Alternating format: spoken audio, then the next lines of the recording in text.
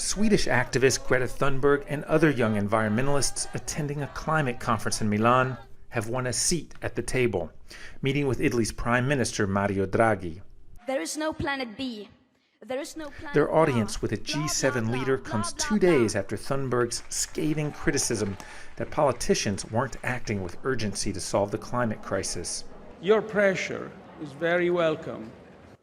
We need to be whipped into action. Your mobilization has been powerful, and rest assured, we are listening. Hundreds of young environmentalists from around the world gathered here to propose climate solutions directly to global leaders ahead of the COP26 summit taking place in Scotland in November. World leaders beamed in, as did the Pope, to give their backing. The delegates are calling for the elimination of all fossil fuels by 2030, a more transparent and equal climate finance system, and climate education for global youth. Their proposals will be considered in the next few days at a pre-COP meeting here in Milan ahead of the Scotland summit. This is only going to be meaningful if the things that are changing in governments right now reflect what we are saying, because that never happens. The process should be with us and for us, not just for us, because the process that is just for us does not include us at all. Dozens of protesters outside the perimeter briefly blocked traffic before police dispersed them. The delegates found an ally in Italy's first minister for ecological transition, who shares a key vision of theirs. This is exactly what Greta and Vanessa together said. If we put together the social inequality at global level and the climate change emergency, we have to treat those together. Otherwise, we simply fix the climate problem, but then we have millions of people losing the job. The name Youth for Climate can be seen as just a branding mechanism, but veteran attendees of global environmental summits tell us by focusing on young people's ideas, this conference is actually injecting a sense of optimism and urgency, sometimes lacking at such meetings. They don't have the baggage that a lot of other people have, right? So they have the enthusiasm and maybe the naivete of wanting to change the world. I think that's an essential ingredient. Other activists. The activists aren't so naive, though, to believe everything they're told, and will turn up the pressure if leaders don't deliver on promises made here. Adam Raney, Al Jazeera, Milan. Let's bring in ASAD REHMAN in London. He's a spokesman for the COP26 coalition, a climate justice movement. Good to have you with us, ASAD. What do you make of the comments you heard there, right at the end of that report, that young people have the naivety to want to change the world? Are governments really going to listen to them, or is this just about making it look as though they will?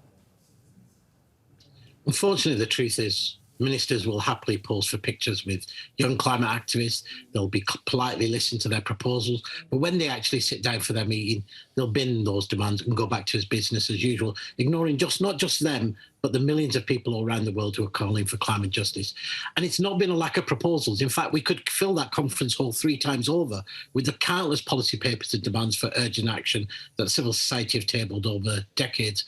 Unfortunately, what we see at this moment is tough talk, but empty promises to act by governments. And none of that is stopping us from spiralling towards the catastrophic warming that scientists are warning us about. You had Greta, the clip from Greta, and as Greta said a couple of days ago, we've had 30 years of blah, blah, blah, 30 years of broken promises. And I predict ministers will, when they end this pre-COP, will promise to build back better, to deal with the climate crisis and the crisis of poverty and inequality. But that will, unfortunately, be just more blah, blah, blah. But are young people being naive in their demands? Of course they're not being naive. Look, the global scientists have issued a code red for humanity. They've said that the window to act is rapidly closing. The UN itself has said the current proposals on the table to cut emissions are simply too weak and unfair. The richest countries need to cut their emissions by 2030 to prevent a breach of the critical 1.5 degree guardrail. Yet, they're kicking action down the road to 2050, and they're leaving us on a course for 3 degrees warming. The UN said we need at least $1.5 trillion a year for a global Green New Deal so you can tackle climate and inequality and that the poorest aren't left behind.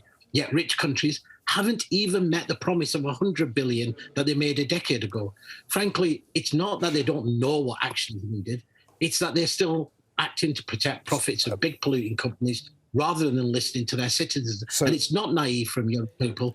They are actually speaking truth to power. All right, so Mario Draghi is right when he says that politicians need to be whipped into action.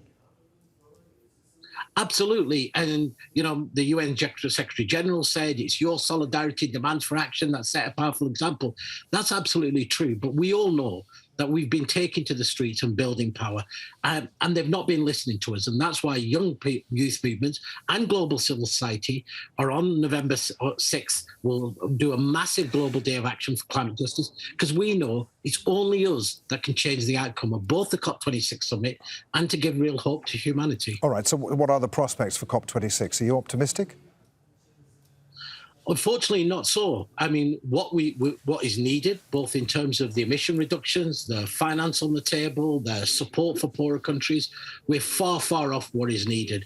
Rich countries are still dragging their heels. We've had, lots of warm words, but climate science tells us winning slowly is the same as losing. And we're not seeing either the urgency, we're not seeing the ambition, and we're not seeing the fairness from rich countries, and they really need to step up and take the action that is needed. We need to transform our energy systems, transform our food systems. We need to tackle global inequality. We're in the midst of a COVID pandemic, which has further exposed all of the inequalities and injustices that exist within societies and between rich and poorer countries. But it doesn't have to be like this. We know what needs to be done. We have the policies, we have the technology. What is lacking is the political will. Really good to talk to you, Asad. Many thanks indeed. Asad REHMAN there in London.